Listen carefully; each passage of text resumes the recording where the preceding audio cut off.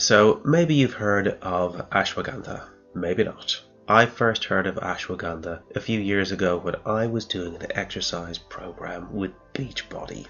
Tony Horton, fitness instructor extraordinaire, mentioned ashwagandha in one of his promotional pieces at the end of the fitness video for a drink, a supplement drink, and he mentioned ashwagandha root. That's where I first heard of it. So whenever I hear the name of a new herb or root or supplement, I'm always super interested and I want to find out more about it. And I came up with 7 amazing reasons to use this supplement. Without further ado, 7 reasons to use ashwagandha root. Number 1. Cortisol levels. Cortisol is the stress hormone released from your adrenal glands. When stress levels and thus cortisol levels are high, it can lead to your body holding on to fat, particularly in the abdominal area. I've heard this a few times in the past, both from men and women. They are active, exercising a lot, looking after their diet, not eating too much, but still they can't get rid of this stubborn layer of fat around the midsection. And it may be due to high cortisol levels. So perhaps ashwagandha can help you if that's the case with you. Several studies have shown that ashwagandha may be effective in lowering cortisol levels, thus making you feel less stressed while at the same time helping you shed stubborn fat around the midsection. Supplementing with ashwagandha has been associated with a drop of as much as 30% in cortisol levels. That is huge. So if you have been struggling to move fatty tissue from around your midsection without success, then this might help you. Moving on. Number 2. Possible anti-carcinogenic effects. Now, the studies that show anti-cancer properties are to date mostly in vitro or test tube and on animal studies. But the medical community as well as the rest of us are hopeful that these will be reproduced in human trials. Withaferin, I'm sure I've pronounced that wrong, is a natural compound found in ashwagandha and has produced very encouraging results in inducing the programmed death of cancer cells known as apoptosis, or possibly apoptosis. Don't look to me for correct pronunciation in medical terms. Now, this is just one way that ashwagandha may be causing the interruption of the progress of cancer cells in living tissue. Other evidence shows that it may also cause the malignant tissue to become less able to resist the process of apoptosis, the programmed death of cancer cells, and disrupt their function overall. Doesn't it sound just great, the programmed death of cancer cells? In animal studies, there are very encouraging results in treating a wide variety of cancers, including lung, ovarian, brain, and breast cancer. One study in particular showed as much as an 80% reduction in tumor growth when ashwagandha was used together with conventional medicine. Note that, not used alone, but used together with conventional medicine. 3. Stress and anxiety. So, of course, this is the property that ashwagandha is most famous for. Many human trials have been conducted showing its ability to control, manage, and reduce the symptoms not just of everyday stress, but of significant anxiety disorder levels of stress in controlled groups.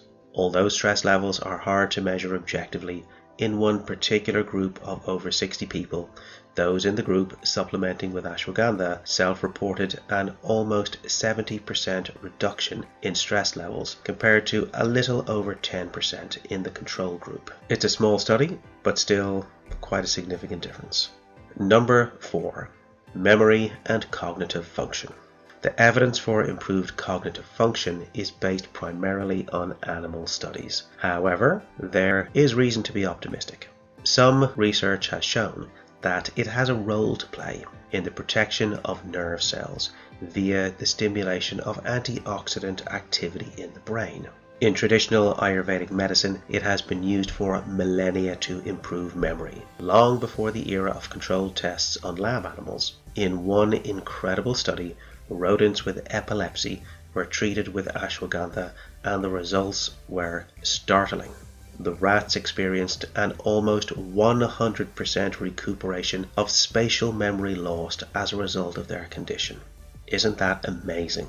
Now, of course, we aren't rats, but still it does give some cause for hope and optimism. The ancient Indian practitioners of Ayurveda must have observed some change in memory function in order to apply it to this purpose. At least, I believe that's the case. While it's not evidence, again, it is certainly encouraging. Several smaller trials in humans have shown significant increase in memory function when supplementing with ashwagandha, so stay tuned for this. Number 5.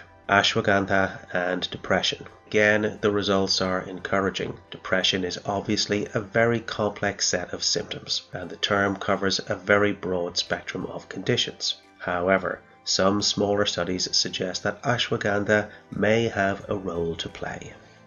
In one particular study in men, the group taking the active supplement reported an almost 80% reduction in symptoms compared to a 10% decrease in the control group, far beyond placebo.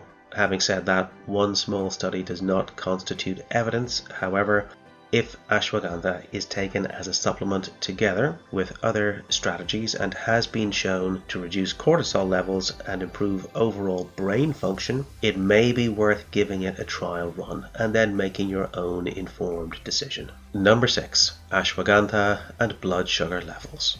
For those of us trying to control weight, cravings, and generally improve our nutrition, blood sugar levels play an important role. Numerous studies have shown that ashwagandha has a positive role to play here.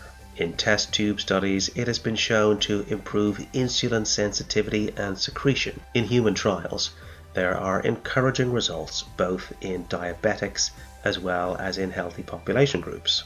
In one small test group of 6 type 2 diabetics, fasting blood sugar levels were shown to be significantly lower when using ashwagandha. Now, again, not big enough for science, but again, worth pursuing and perhaps an added bonus if you are supplementing mainly for stress and for anxiety.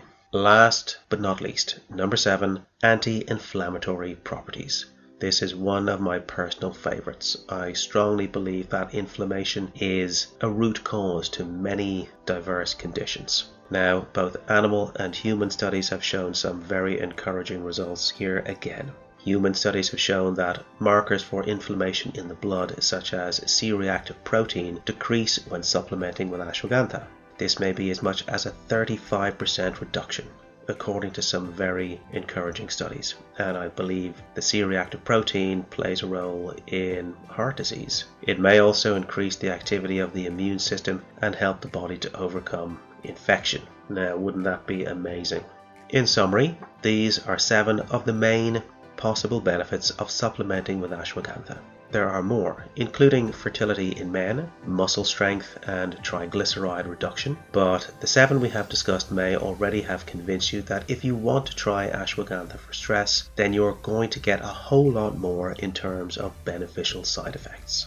As should be entirely obvious, if you are suffering from a medical condition, see a doctor. If you are ready to try it out, then it's very easy to get online. Let me know what you think. All comments and feedback are welcome. And if you like this video, please consider subscribing to the channel.